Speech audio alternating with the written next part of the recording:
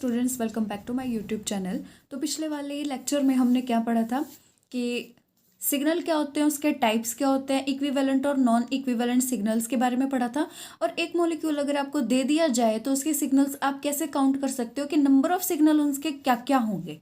तो उससे next topic थोड़ा सा और ऊपर बढ़ते हैं तो उसमें आता है आपका position of signal and chemical shift.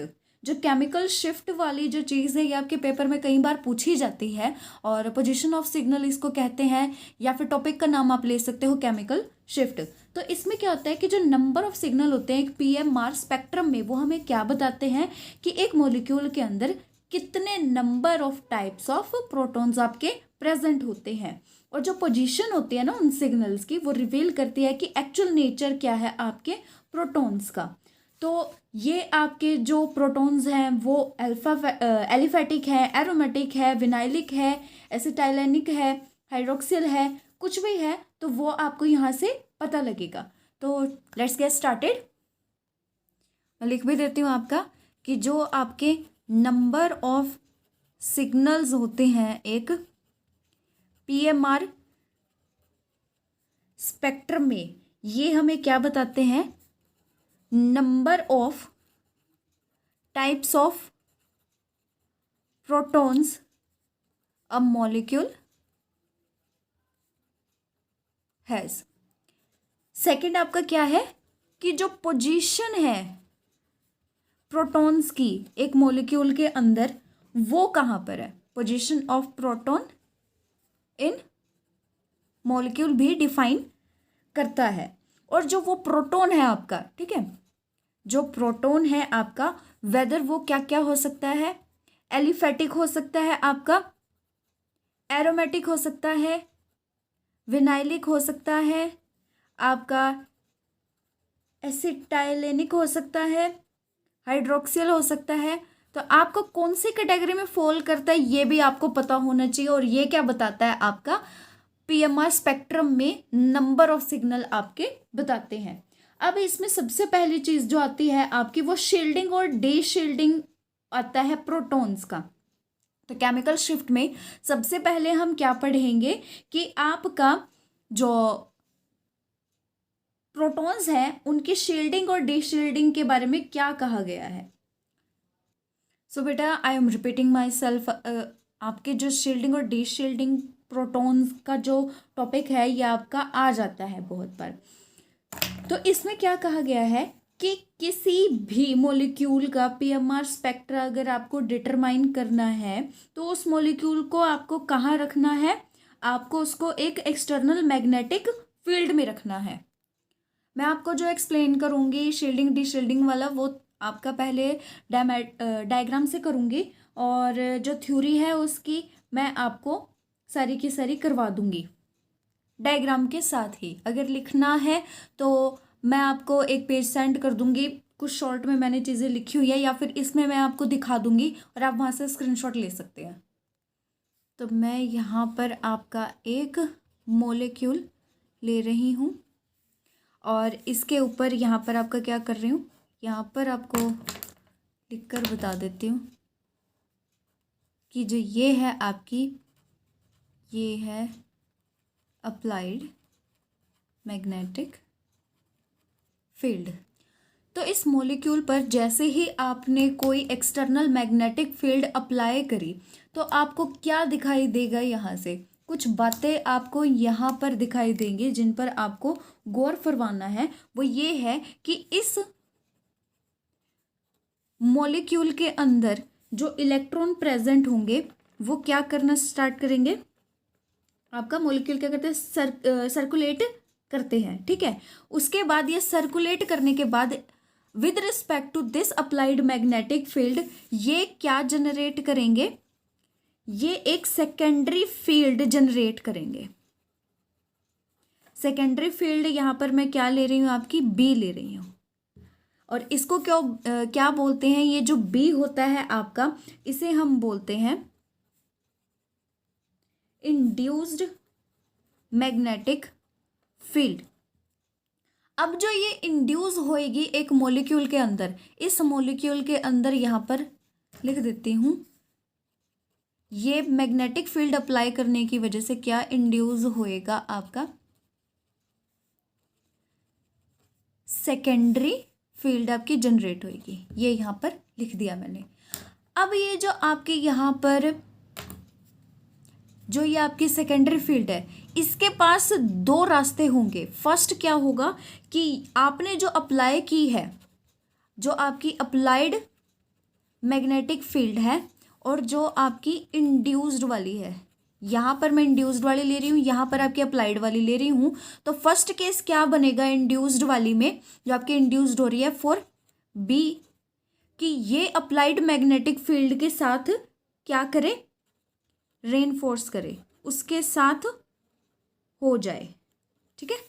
और सेकंड केस क्या बन सकता है, जो अप्लाइड मैग्नेटिक फील्ड है आपकी और जो मॉलिक्यूल की इंड्यूस्ड सेकेंडरी फील्ड है आपकी, उसको ये क्या करे, अपोज।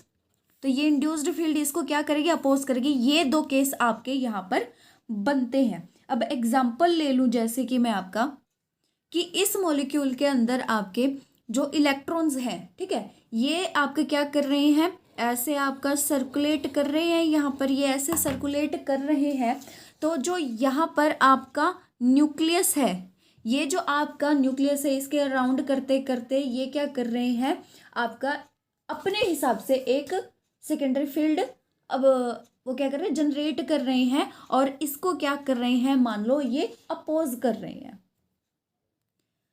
तो जिस केस में आपके क्या करेंगे, अपोज करेंगे, जो अप्लाइड मैग्नेटिक फील्ड है आपकी, अगर उसको अपोज करते हैं, तो जो आपकी रिजल्टेंट को मैं यहाँ पर इफेक्टिव फील्ड स्ट्रेंथ लिख रही हूँ। तो जो ये आपकी इफेक्टिव फील्ड स्ट्रेंथ है, इन दोनों का रिजल्टेंट होगा, एक तो आपकी ये वाली है इंड्यूस्ड वाली, और एक आपकी अप्लाइड वाली फील्ड आ गई। तो ये दोनों मैग्नेटिक फील्ड का इफेक्टिव फील्ड स्ट्रेंथ आपका यहाँ से बाय एक्सपेरिमेंट आपको क्या पता लगेगा कि ये जो है इफेक्टिव फील्ड स्ट्रेंथ प्रोटॉन के लिए, जो ये क्या करेगी,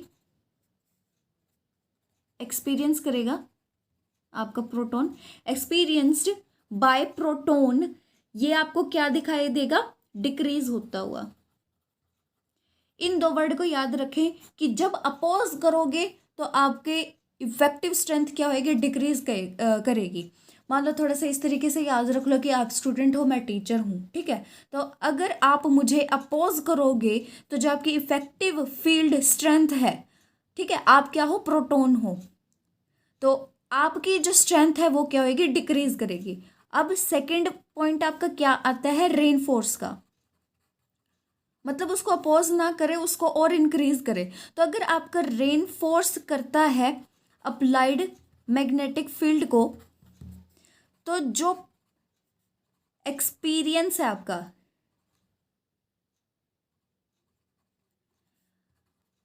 प्रोटॉन का, वो क्या होगा, इंक्रीज हो जाएगा। जो इफेक्टिव आपका फील्ड स्ट्रेंथ है वो क्या हो जाएगी, प्रोटॉन के लिए इंक्रीज हो जाएगी। तो अगर आप टीचर की बात मानते हो तो जो आपकी इफेक्टिव फील्ड स्ट्रेंथ है वो क्या हो जाएगी, आपकी इंक्रीज हो जाएगी। आप इसको इस तरीके से याद रख सकते हो। अब जिस केस में आपकी अपोज होती है,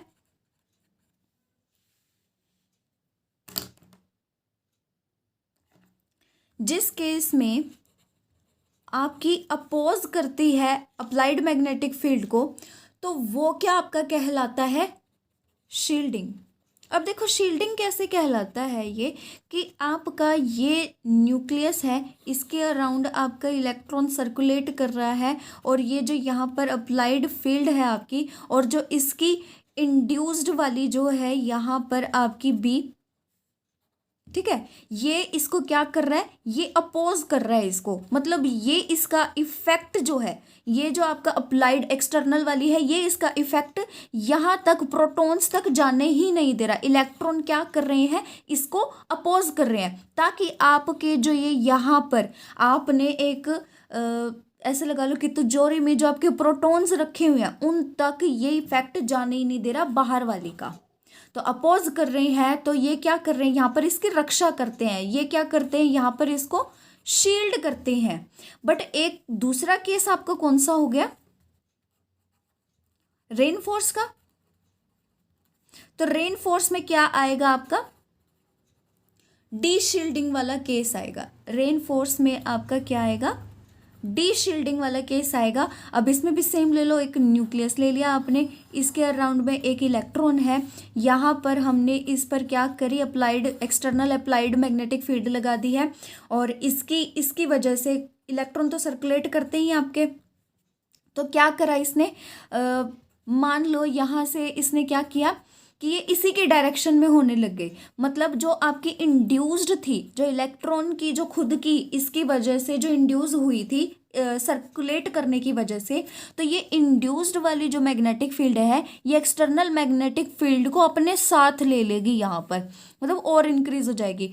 यहाँ तो ये क्या कर रही थी, आपके अपोज कर रही थी एक दूसरे को, यहाँ क्या कर रही है, रेनफोर्स कर रही है। तो बाहर वाली इसके साथ मिलके यहाँ पर आपकी जो मैग्नेटिक फील्ड है वो इसकी भी आ गई। तो यहाँ पर क्या हो गया, जो न्यूक्लियस है, जो तिजोरी में आपने जो चीज़ रखी थी न्यूक्लियस की या फिर प्रोटॉन आप कह लो, ये जो थे ये क्या हो गए, डी शील्ड हो गए आपके।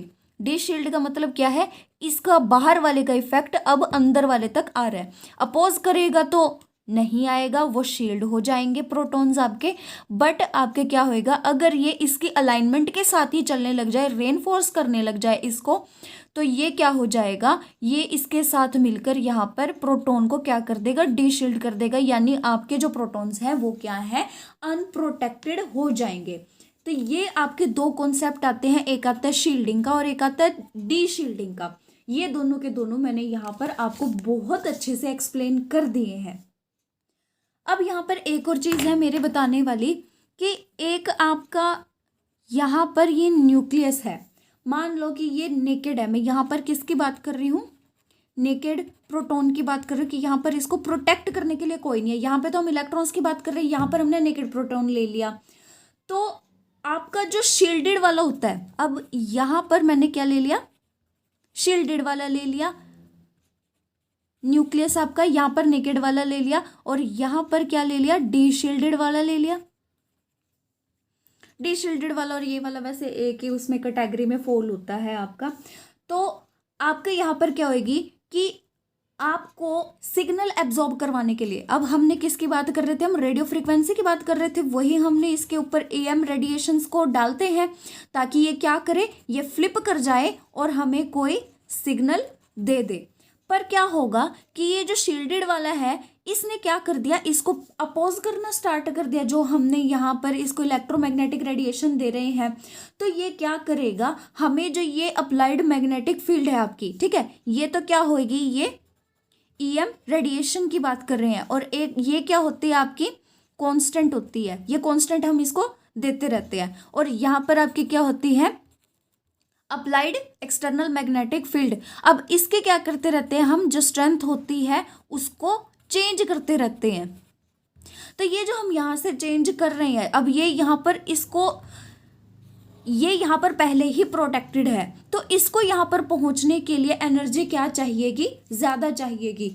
यानी ये क्या होनी चाहिए, ये स्ट्रोंगर होनी चाहिए यहाँ पर, क्योंकि जब ये प्रोटेक्टेड है, ये शील्डेड है, तो जो आपकी अप्लाइड मैग्नेटिक फील्ड है उसको क्या होना चाहिए, और ज़्यादा स्ट्रॉन्ग होना चाहिए ताकि वो शील्डिंग को तोड़ सके। तो जब ये यहाँ पर नॉर्मल नेकेड प्रोटॉन पे जितनी आपको स्ट्रेंथ चाहिए अपने प्रोटॉन को एब्जॉर्ब करवाने के लिए रेडिएशन, और यहाँ पर प्रोटॉन को फ्लिप करवाने के लिए ताकि आपका कोई सिग्नल आ जाए, तो नेकेड प्रोटॉन के कंपैरिजन में शील्डेड प्रोटॉन में जो आपके रिक्वायर्ड होती है एक्सटर्नल मैग्नेटिक फील्ड वो ज़्यादा होती है। तो ये कौन से ले रही हूँ मैं, ये आपके शील्डेड वाले प्रोटॉन्स की बात कर रही हूँ। इसमें जो बी नॉट है आपका वो ज़्यादा चाहिए होता है, जो स्ट्रेंथ होती है एक्सटर्नल मैग्नेटिक फील्ड की ये ज़्यादा चाहिए होती है, बजाय आपके जो आपकी यहाँ पर स्ट्रेंथ होगी अप्लाइड मैग्नेटिक फील्ड की फॉर नेकेड प्रोटॉन।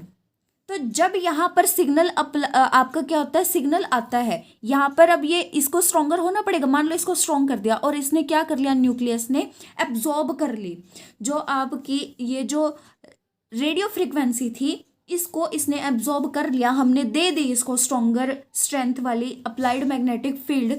उसके बाद क्या होगा, ये जो आपका यहाँ पर एब्जॉर्ब करेगा रेडियो फ्रिक्वेंसी, तो ये क्या होगा आपका स्ट्रॉन्ग बी पे होगा। तो ये क्या प्रोड्यूस करेगा, आपका जो सिग्नल प्रोड्यूस करेगा वो क्या होगा, आपका अप फील्ड। तो शील्डेड वाले केस में जो आपका सिग्नल आएगा वो क्या आएगा, अप फील्ड आएगा। क्यों आएगा, क्योंकि इसके लिए आपको ज्यादा स्ट्रॉन्गर मैग्नेटिक फील्ड लगी है। उसी तरीके से अगर मैं डी शील्डेड वाला ले लूं केस, डी शील्डेड वाले में क्या होएगा, जब उसके पास है ही नहीं तो उसमें क्या होएगा, उसमें तो रिक्वायरमेंट आपको ज़रूरत ही नहीं है। नेचुरली आपके प्रोटॉन क्या होगा, डी शील्डेड है, यानी जो आपका न्यूक्लियस है वो प्रोटेक्टेड है ही नहीं। जब प्रोटेक्टेड ही नहीं है तो मैग्नेटिक फील्ड जो आपकी एक्सटर्नल वाली है वो अगर आप थोड़ी भी दे दो तो न्यूक्लियस क्या हो जाएगा, आपका फ्लिप हो जाएगा और जो आपकी रेडियो फ्रिक्वेंसी है उसको एब्जॉर्ब कर लेगा। और ये फ्लिप होने के बाद आपका क्या दे देगा, यहाँ पर ये एक सिग्नल दे देगा।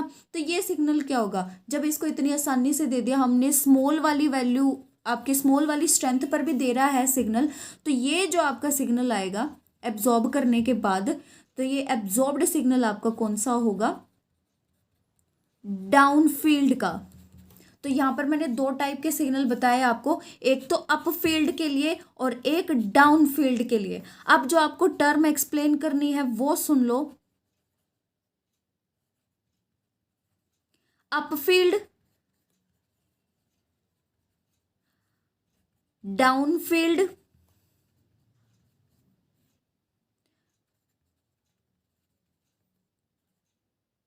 शील्डिंग इफेक्ट और आपका डी शील्डिंग इफेक्ट। ये आपको सारा का सारा एक्सप्लेन करना है। ये आपका क्वेश्चंस है जो कि आपको कमेंट सेक्शन में जवाब देने हैं।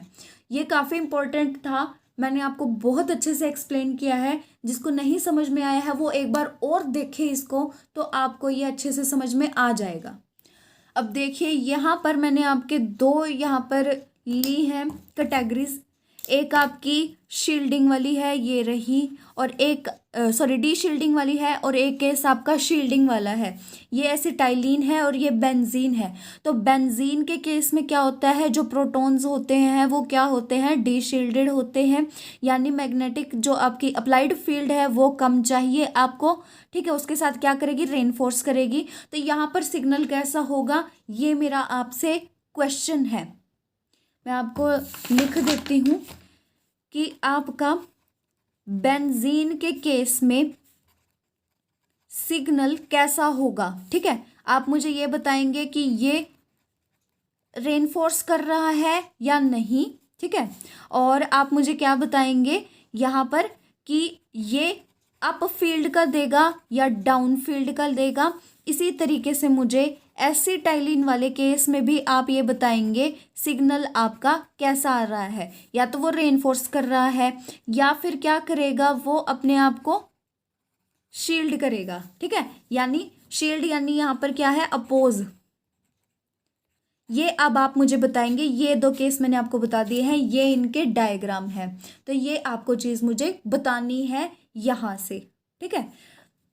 ये तो मैंने यहाँ पर बता दिया है कि भाई ये डी शील्डिंग का केस है और ये शील्डिंग का केस है। तो अब इसमें आपको देखकर मुझे बताना है कि भी सिग्नल कैसा आएगा। तो नेक्स्ट टॉपिक आता है बेटा आपका chemical shift and there measurement. तो इसको स्टार्ट करते हैं अब बेटा। जैसे कि अभी हमने पहले पढ़ा कि जो आपके प्रोटॉन्स हैं वो डिफरेंट एनवायरनमेंट्स में होते हैं आपके मॉलिक्यूल के अंदर, तो वो डिफरेंट आपके उस पर फ्रीक्वेंसी पर एब्जॉर्ब करेंगे सिग्नल को, डिफरेंट फील्ड स्ट्रेंथ पे करेंगे, क्योंकि उनका क्या है, शील्डिंग और डी शील्डिंग भी वो एक्सपीरियंस करते हैं। और शील्डिंग और डी शील्डिंग का कॉन्सेप्ट अभी अभी हमने किया है।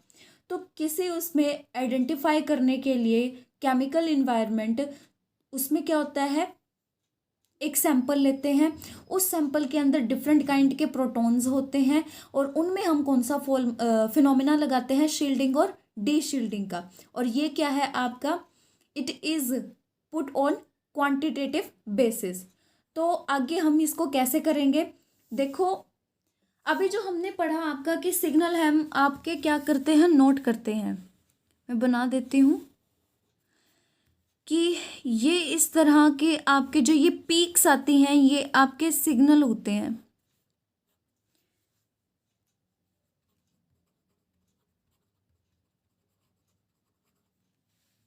तो यहाँ पर एक चीज़ आपकी बताई जाती है टीएमएस सिग्नल, इसको मैं बताऊंगी आपको, डोंट वरी। ये आपकी आगे 8 9 10 तक होती है सीरीज़। ये मेरे को स्पेस नहीं मिल रहा, इसको थोड़ा और आगे कर देती हूँ और यहाँ पर एक और सिग्नल बना देती हूँ इस तरीके से।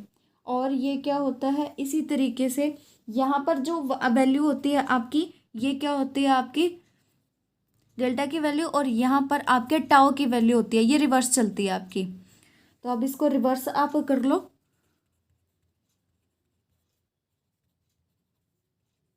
ये इस तरीके से इधर वाली रेंज है आपकी उसकी आ जाएगी डेल्टा की, और एक आपकी आ जाएगी टाउ की आ जाएगी।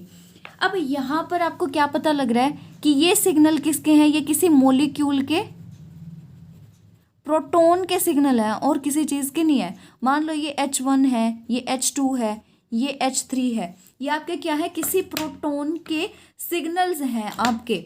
तो ये जो आपको यहाँ पर प्रोटॉन के सिग्नल्स दिख रहे हैं, इनको हम क्या करते हैं, किसी रेफरेंस कंपाउंड के साथ रिकॉर्ड करते हैं। मतलब अब देख लो, अब मैं आपको कह दूं यहाँ पर कि आपको 1 सेंटीमीटर नापना है, 1 सेंटीमीटर नापना है, तो आप क्या करोगे, आपको पता है कि ये आता तो इस तरीके से है आपका, कि यहाँ पर आपकी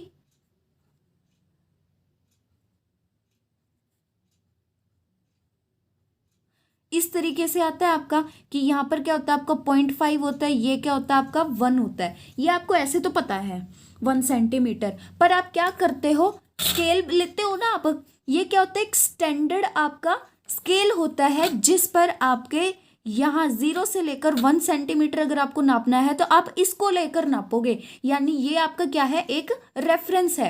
इसी तरीके से जब आप मान लो यहाँ पर आपको कंपाउंड दे दिया गया है, उसके प्रोटॉन्स के सिग्नल आपको देखने हैं, तो आपको क्या चाहिए, एक रेफरेंस चाहिए। जैसे कि 1 सेंटीमीटर मैंने बोल दिया, तो उसको करेक्ट देखने के लिए आपको क्या करना पड़ेगा, स्केल की ज़रूरत रहेगी। यहाँ पर स्केल आपका क्या है, आपका रेफरेंस है। इसी तरीके से किसी सिग्नल को देखने के लिए कि ये कितना आया है, उसका पैमाना मापने के लिए, मेज़र करने के लिए हम यहाँ पर एक रेफरेंस लेते हैं। उस रेफरेंस का नाम क्या है आपका, टीएमएस। यहाँ पर एक क्या ले रहे हैं हम, रेफरेंस ले रहे हैं, इसे क्या बोलते हैं आपका, रेफरेंस सिग्नल बोलते हैं, और या फिर आप स्टैंडर्ड सिग्नल भी बोल सकते हो। जैसे आपके स्केल में क्या होती है, 1 सेंटीमीटर स्टैंडर्ड यूनिट होती है आपकी उसकी। तो ये जो स्टैंडर्ड कह लो या रेफरेंस सिग्नल कह लो, ये किस उस पर चूज किया गया है कि ये जो सिग्नल देता है वो क्या होता है, शार्प होता है। ये इसकी क्वालिटीज बता रही हूँ मैं आपको, ये क्या होता है आपका, शार्प होता है। अब टीएमएस होता क्या है, टीएमएस आपका होता है टेट्रामिथाइल सिलेन। ये आपका कंपाउंड है। अब आपके दिमाग में एक क्वेश्चन अराइज होना चाहिए कि जो आपका टीएमएस है, हम उसको एज अ रेफरेंस या फिर स्टैंडर्ड सिग्नल लेते हैं हमारे पीएमआर स्पेक्ट्रा के लिए। व्हाई इज दैट, ये आपका क्वेश्चन है, इसका आंसर मैं दूंगी, ठीक है, ये आपका क्वेश्चन है। तो इसके कुछ रीजंस होते हैं, ये मैं आपको बताती हूँ। एक तो मैंने आपको ऊपर भी बताया कि ये क्या है, एक शार्प सिग्नल देता है। इसको हमने रेफरेंस इसलिए लिया क्योंकि ये क्या देता है, एक शार्प सिग्नल देता है। और टीएमएस के पास यहाँ पर जैसे कि आपको देख रहे हो 4×12 प्रोटॉन्स हैं आपके यहाँ पर। ये जो 12 प्रोटॉन्स हैं आपके, ये किसके हैं? मिथाइल के। ये आपके किसके हैं? मिथाइल के। और जैसे कि मैंने आपको बताया था कि मिथाइल के प्रोटॉन्स क्या होते हैं? आपके इक्विवेलेंट होते हैं। तो इक्विवेलेंट अगर आपके यहाँ पर कितने हैं? 4 हैं ये, ठीक है। 4×12 हो गए, तो ये 12 के 12 हाइड्रोजन आपके क्या हो गए? इक्विवेलेंट। तो ये भी इसके एक प्रॉपर्टी है कि इसमें जो 12 प्रोटॉन्स हैं आपके, वो क्या है? इक्विवेलेंट, जो कि क्या देते हैं? आपका एक शार्प सिग्नल देते हैं। दूसरा आपका यहाँ पर तीसरा आपका जो आता है एक फैक्टर, वो आता है इलेक्ट्रोनेगेटिविटी का।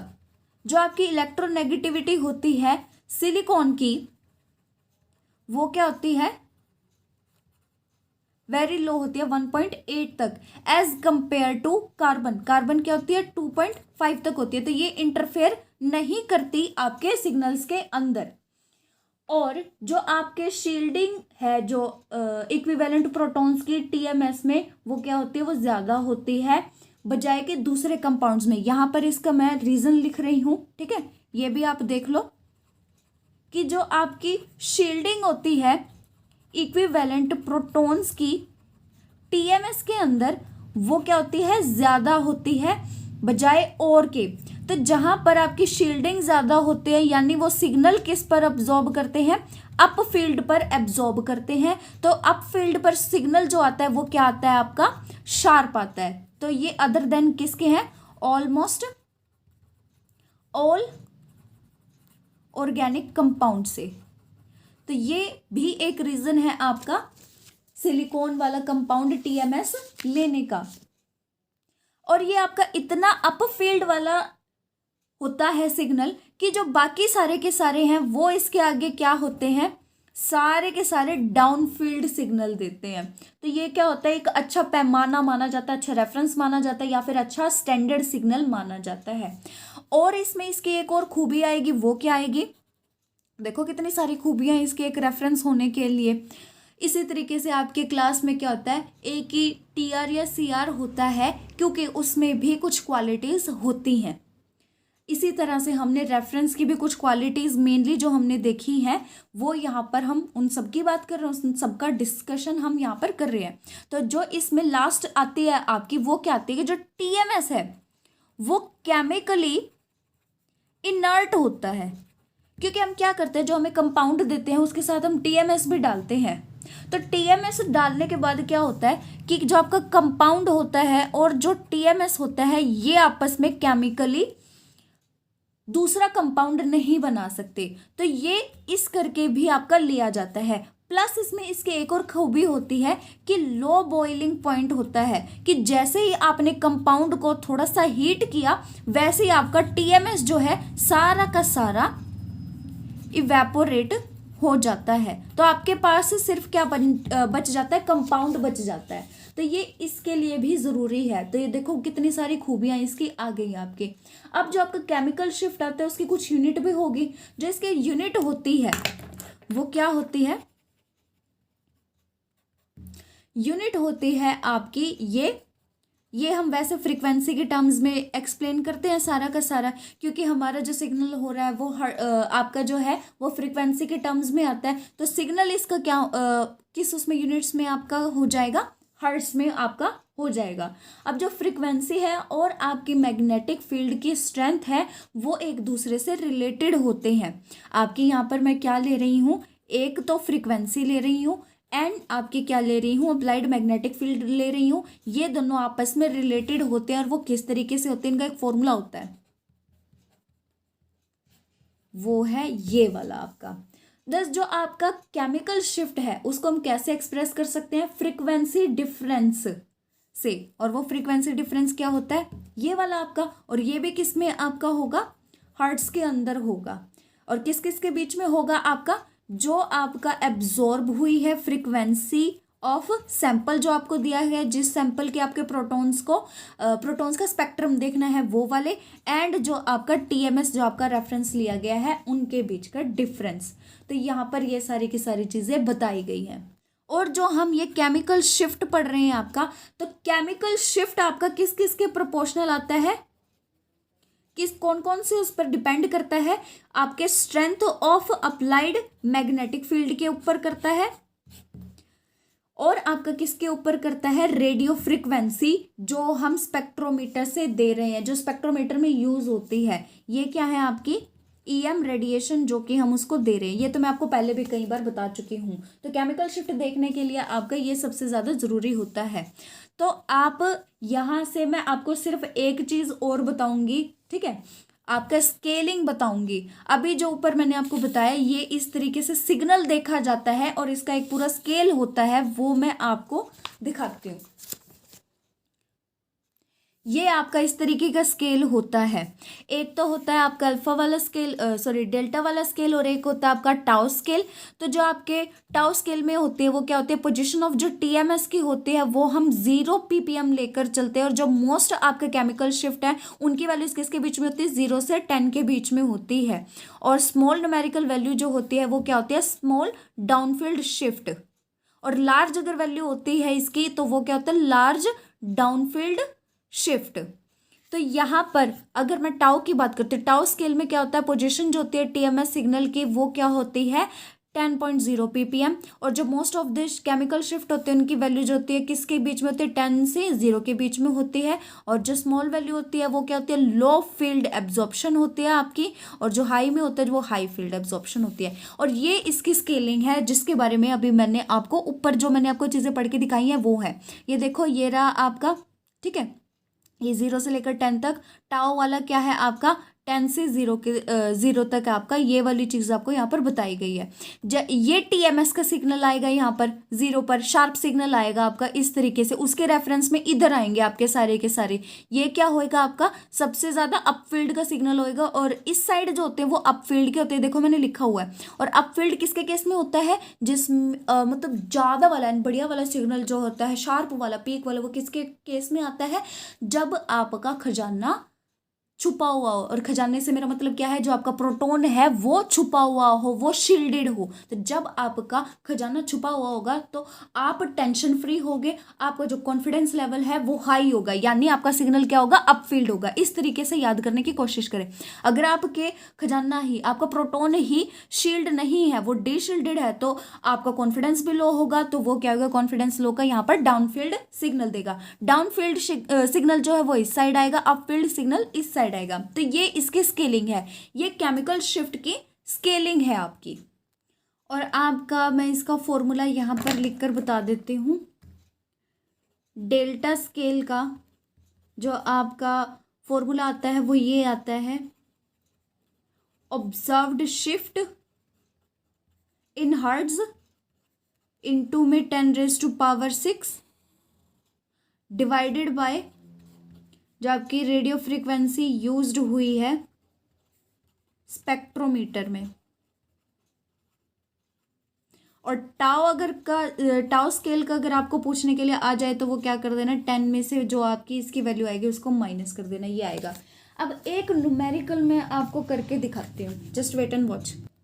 तो ये रहा आपका न्यूमेरिकल। क्या कहा गया है, in a given organic compound 2 kinds of protons exhibit signals at 50 and 200 hertz using a 60 megahertz PMR spectrometer. What will be their relative positions using 90 megahertz spectrometer? Also convert the position of signal at 50 hertz into del and tau units. तो अब देखो, सबसे पहले आपको यहाँ पर क्या देखना है कि 2 kinds of protons के आपको सिग्नल दिए गए हैं। तो पहले क्या लिख लो, अपने सिग्नल ही लिख लो, किस किस पर दिए गए हैं, 50 हर्ट्ज पे और आपका 200 हर्ट्ज पे दिया गया है। अब इसमें जो आपका स्पेक्ट्रोमीटर है वो किस उसका फ्रीक्वेंसी का यूज किया गया है, 60 मेगा हर्ट्ज का यूज किया गया है। तो आपको क्या करना है, ये वाला फॉर्मूला लगा दो डेल्टा स्केल का। तो आपका क्या आएगा, यहाँ पर पहले एक सिग्नल के लिए निकालो फिर दूसरे सिग्नल के लिए। तो यहाँ पर ऑब्जर्व्ड शिफ्ट आपका कहाँ पर आया है, 50 पर आया है, 50 हर्ट्ज ले लो आपका। तो और इसके नीचे आपको कौन सी वैल्यू आएगी, तो आपकी रेडियो फ्रीक्वेंसी यूज हुई है स्पेक्ट्रोमीटर में। स्पेक्ट्रोमीटर में कितनी हुई है, 60। ठीक है, 60 मेगाहर्ट्ज़ यूज़ हुई है आपकी। अब यहाँ पर मैं 10⁻6 से मल्टीप्लाई कर देती हूँ, तो ये आपका जो मेगाहर्ट्ज़ वाली टर्म है ये कैंसिल हो जाएगी और ये आपकी हर्ट्ज़ में बढ़ जाएगी। हर्ट्ज़ वाली भी यूनिट आपकी आपस में कैंसिल हो जाएगी, तो ये यहाँ पर क्या बच जाएगा, 5/6 बच जाएगा। अब आपसे न्यूमेरिकल में क्या पूछा गया है ये तो आपका आ गया, ठीक है। फर्स्ट प्रोटॉन पे 50 वाले पे तो आपका ऐसे ही आ गया। इसी तरीके से जो आपका डेल स्केल है दूसरे सिग्नल पर निकालो। दूसरा क्या है आपका, ये वाला 200 वाला, वही सेम वाला काम करो। ये मेगाहर्ट्ज़ में है, ये हर्ट्ज़ में है, ये 10⁻6 ये मेगाहर्ट्ज़ की यूनिट आ गई आपकी, ठीक है। क्योंकि अगर आप मेगाहर्ट्ज़ को इसमें कन्वर्ट करते हो तो वो यही आ जाता है आपका। अगर मैं इसको हटाकर ये कर दूँ तो ये है, ये दोनों कट गए, ये दोनों यूनिट्स भी आपस में कैंसिल आउट होगी, ये भी हो गया कैंसिल, तो ये आपकी इस तरीके से आ गई। तो ये आपका इस तरीके से आ जाता है, ठीक है। ये वाला इस तरीके से आ गया, ये 50 के लिए आ गया, ये 200 के लिए आ गया है आपका। अब इन्होंने पूछा क्या है कि ये तो आपके क्या है 60 मेगाहर्ट्ज़ अगर आपने स्पेक्ट्रोमीटर का यूज़ किया है वो है। अब इन्होंने पूछा है कि इसी में अगर जो स्पेक्ट्रोमीटर है वो अगर मैं 90 मेगाहर्ट्ज़ का यूज़ कर लूँ तो तब क्या होएगी। जो आपके ये 50 और 200 सिग्नल जो आए हैं दो, ये जो आपके दो सिग्नल आए हैं इस पर अगर करते हैं तो इसकी डेल्टा की वैल्यू आपकी ये आ रही है दोनों की दोनों। बट अगर मैं ये जो नीचे वाली वैल्यू है इसको 60 मेगाहर्ट्ज़ से 90 मेगाहर्ट्ज़ वाली ले लूँ तो आपका सिग्नल कितने पर शिफ्ट होगा। तो क्या है, सीधा सिंपल ऐसे ही कर दो, इनको क्या करो आप बस मल्टीप्लाई कर दो, किससे, 90 से, ये और ये दोनों को मल्टीप्लाई कर दो आप, क्योंकि आपको क्या बताना है, बस आपका 90 वाले का ही बताना है आपको। तो ये यहाँ से क्या क्या आएगा आपका, ये तो 90 मेगाहर्ट्ज़ आ जाएगा और ये आपका क्या आ जाएगा 300 हर्ट्ज़। सॉरी मैंने गलत लिख दिया, ये 75 हर्ट्ज़ आएगा आपका। तो ये आपका रिजल्ट आ जाएगा। जब भी आपसे पूछा जाए आपको क्या करना है, सबसे पहले आपके सिग्नल नोट करो कि कितने आ रहे हैं, फिर स्पेक्ट्रोमीटर देखो कौन सा है जो आपको दिया गया है सिग्नल जिस स्पेक्ट्रोमीटर पे, उनको इस तरीके से निकाल लो वैल्यूज़ को, ठीक है। फिर अगर उसके बाद ये पूछा जाए कि अगर स्पेक्ट्रोमीटर हम 60 वाले से 90 पे चेंज कर दो तो जो आपकी डेल्टा की वैल्यू आई है उसमें उस वैल्यू को क्या कर दो, मल्टीप्लाई कर दो, तो आपका आंसर आ जाएगा। कि अगर आपका स्पेक्ट्रोमीटर किस पे होता कि 90 पे होता तो आपका क्या आता, वो आप सीधा कर सकते हो। अगर ये आपका कितना है, अब मान लो जो 50 वाला है सिग्नल आपका, वो किस पे बात कर रहे हैं हम, 90 मेगाहर्ट्ज़ वाले पे बात कर रहे हैं, तो वो आपका किस पर आया है, 75 हर्ट्ज़ पे आया है। और आपका 200 वाला किस पे है, अगर 90 मेगाहर्ट्ज़ वाले की बात करते हैं तो सिग्नल आपका शिफ्ट हो जाएगा और वो कितने पे आ जाएगा, 300 हर्ट्ज़ पे आ जाएगा। जो ये वाली वैल्यू आई है ना, ये वाली डेल्टा की वैल्यू आपकी किसकी आई है, 60 मेगाहर्ट्ज़ के लिए, और जो ये वाली वैल्यू आई है ये 90 मेगाहर्ट्ज़ के लिए आई है। बस ये है डिफरेंस जो आपको देखना है, ये 90 के लिए है। अगर सिर्फ आप इतना इतना करते हो तो ये आपके कौन सी है, जो ये 60 वाला लिया था ना, ये 60 मेगाहर्ट्ज़ के लिए है। बस इतना सा केस है आपका जो आपको निकालना है। 60 के लिए पूछा है तो ये वाला, अगर ये पूछ ले कि इसको चेंज करके 90 का कर दिया है तो 90 के लिए क्या करना, बस जो वैल्यू आएगी उसको उससे मल्टीप्लाई कर दो। अगर 120 से पूछा तो यहाँ पर 120 से मल्टीप्लाई कर दो कि ये किसके लिए आएगा, ये फिर आगे 120 मेगाहर्ट्ज़ के लिए आपका यहाँ पर आंसर आ जाएगा। इस तरीके से आपको न्यूमेरिकल सॉल्व करने हैं। अब इन्होंने ये भी पूछा है न्यूमेरिकल में कि टाउ की वैल्यू दो, तो टाउ की वैल्यू क्या है आपकी 10 माइनस डेल्टा की, तो इनको कर दो, वो आपकी टाउ की वैल्यू आ जाएगी। सिंपल से आपके न्यूमेरिकल। बाकी जैसे आपके ऑनलाइन क्लासेस जैसे फ्राइडे सैटरडे को लगेगी तो मैं वहाँ पर एक बार और आपको अच्छे से क्लियर करूँगी। यहाँ पर 2 न्यूमेरिकल आपके दिए गए हैं, प्लीज़ इसे ट्राई करके देखें। कोई सा भी एग्जाम में कभी भी आ जाता है ये वाला, और अच्छा न्यूमेरिकल है, आपको पता होना चाहिए। ये दोनों के दोनों आ जाएंगे, आपसे हो जाएंगे सॉल्व। तो आज के लिए इतना ही करते हैं, मेरे ख्याल से काफ़ी हो गया होगा। तो आपको क्या करना, अच्छे से आज का टॉपिक मैं दोबारा बता देती हूँ। आपका शील्डिंग वाला, डे शील्डिंग वाला, केमिकल शिफ्ट का, टीएमएस के बारे में पढ़ा हमने, और हमने क्या पढ़ा, आपका न्यूमेरिकल पढ़े कि कैसे करने हैं आपके, सॉल्व करके देखे। और 2 काइंड आपको बोले हैं सॉल्व करने के लिए जो कि आसानी से हो जाएंगे। तो बेटा ये आज का काम आज साथ के साथ कर लो तो ज़्यादा अच्छा है। और कमेंट सेक्शन में प्लीज़ जवाब देते रहो, क्योंकि अटेंडेंस तो आपकी उन्हीं से मेनली लगेगी। Thank you for your time.